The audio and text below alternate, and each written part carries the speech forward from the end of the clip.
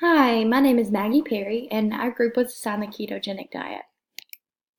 The overview of the ketogenic diet is essentially a form of dieting that uses the body's fat to promote the metabolism to work harder in order to lose weight. Studies have shown that a significant weight loss will happen pretty rapidly, actually. However, the diet is not entirely meant to be used for a prolonged period of time. The diet suggests that you intake a daily amount of 60 to 80% of fats and a very, very low amount of carbs, such as like 20 to 30 grams a day, to induce your body into ketosis. How condition impacts or affects nutrition. Nutritional foods such as fruits, veggies, whole grain breads, pastas, whole grain cereals, and incorporating low grain or low fat dairy into your everyday diet can make a large impact on your overall nutritional health. Your body cannot fully process fried and processed foods for a lengthened period of time. Eating these foods in moderation will not largely impact your overall quality of health. However, eating processed and fried foods over a long span of time can cause your body stress on the heart, as well as clogging arteries with fatty materials that will not allow blood and oxygen to flow through your veins properly. Nutrition affects all parts of physical and mental health as well. The body needs to be nourished with wholesome foods that aid it in breaking down fat, replenishing the vitamins and the nutrients that are necessary for quality health. The keto diet lowers the amount of carbs that is eaten, and by doing so, the body is induced into a state known as ketosis. Ketosis is a natural body process that occurs when the food and fat intake is low and helps the body burn fat that would normally be stored. How condition impacts or affects physical activity. Any type of physical activity can improve your body's overall health, but the majority of physical health comes from what you eat and how you take care of your body nutritionally. Being physically active can prevent and reduce many ailments such as type 2 diabetes, cardiovascular disease, and overall heart health. The benefit to daily exercise is endless, being active as well as fueling your body with the healthy and organic foods that make all the difference. If you continually fuel your body with processed and fried foods, and no amount of physical exercise will ever help you lose weight or maintain your body's physical health, because your body will be fueled with food that is not helping it replenish what it needs. When your body is in ketosis, it is able to use the stored fat and burn it for energy, and therefore helping you lose the excess weight.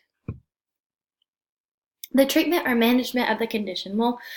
The ketogenic diet is not necessarily a condition unless you have made yourself prolong the diet for a span of time.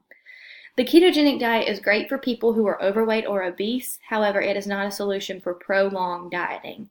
For people with diabetes who are under the age of 25, it is severely harmful. The diet can lead to death. It has been shown that the body's state of ketosis is not harmful in and of itself, but the amount of fat that the diet recommends that you consume can be harmful over a long period of time.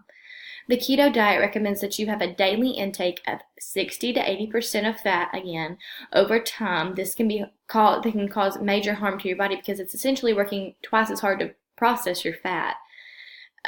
Studies have shown that proven that long-term use of the keto diet can cause health issues such as non-alcoholic fatty liver disease, and this is the most common ailment that comes alongside the keto diet for the longest period of time, is non-alcoholic fatty liver disease, because your liver will be working overtime to process the continued amount of fat that is put in your body. Over here it says, how does ketosis work? And it starts with your glucose levels are falling when you start the diet. Your lipase releases stored triglycerides, and then it moves down to the liver, and it says fatty acids travel to the liver, and this is where your body breaks it up. So your liver is breaking down all the fat, and it is actually stored into energy, and liver produces ketones. The long-term implications or complications is the keto diet lacks carbohydrates. Typically 50% of the American diet is made up of carbohydrates and is very high in proteins and fat. The diet can be hard to follow in the long run because it is a highly individualized process. You have to figure out what works for your body the best. People who have kidney disease need to be extra cautious because it can cause more complications to their condition. One of the reasons people do not usually like this diet is because it requires you to eat a large amount of proteins, poor quality fats, and a very low amount of fruits and vegetables. In the beginning of the diet, many people have bad breath, nausea, vomiting, constipation, and difficulty sleeping, mainly because their body isn't used to such a high fat intake and it's used to processing foods that are very maybe low in fat, maybe moderately in carbs, and usually balances out the rest of it. But the keto diet, it makes your body use the stored fat that you already have. And it's using the fats to break down and replace that so your body can go into ketosis. And the keto side effects are hypoglycemia, constipation, diarrhea, frequent urination, drowsiness and dizziness, muscle cramps, sugar cravings, flu-like symptoms, sleep problems, keto breath, heart palpitations, reduced strength, and physical performance. And the ketogenic food pyramid is look how many carbohydrates you can consume. It says keep carbohydrates to a maximum of 5% of your total daily calorie intake, making up mostly green I'm sorry, that is super blurry right there. It says avoid all sugars, starches, grains, and bread, pasta, and fruits except avocado. So you can have some amount of carbs. It usually makes it a little bit harder to stick to the ketogenic diet if you're eating sugar, starches, grains, bread, pasta, fruits. It won't give you the same result, essentially. You are supposed to intake 25% amount of protein, and protein is essential for muscle retention and muscle building, but too much protein can keep you out of ketosis. Limit your protein intake to 25% of your daily calorie intake. Excellent sources of protein are fatty cuts of meat, eggs, full-fat cheeses, avoid milk, and fat-reduced cheeses and creams.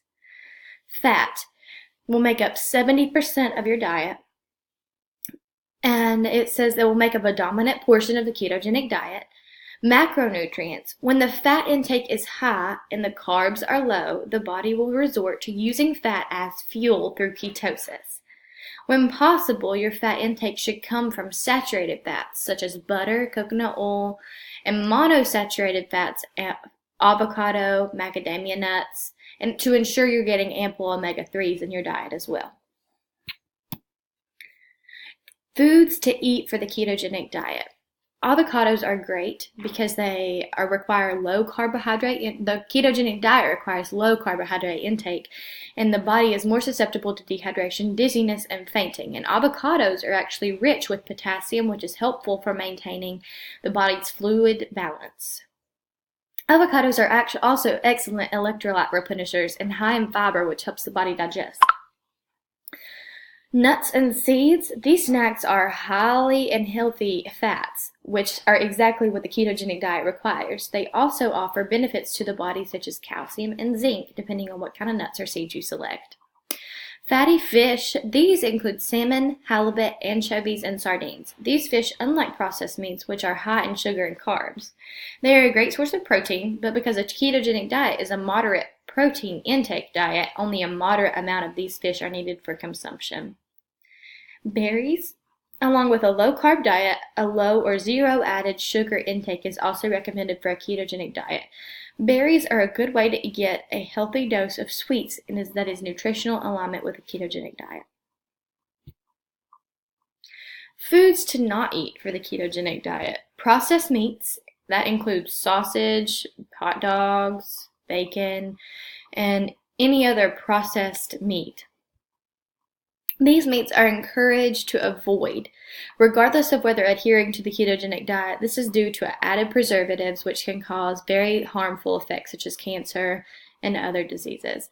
They are also low on nutrients, which is crucial to the ketogenic diet.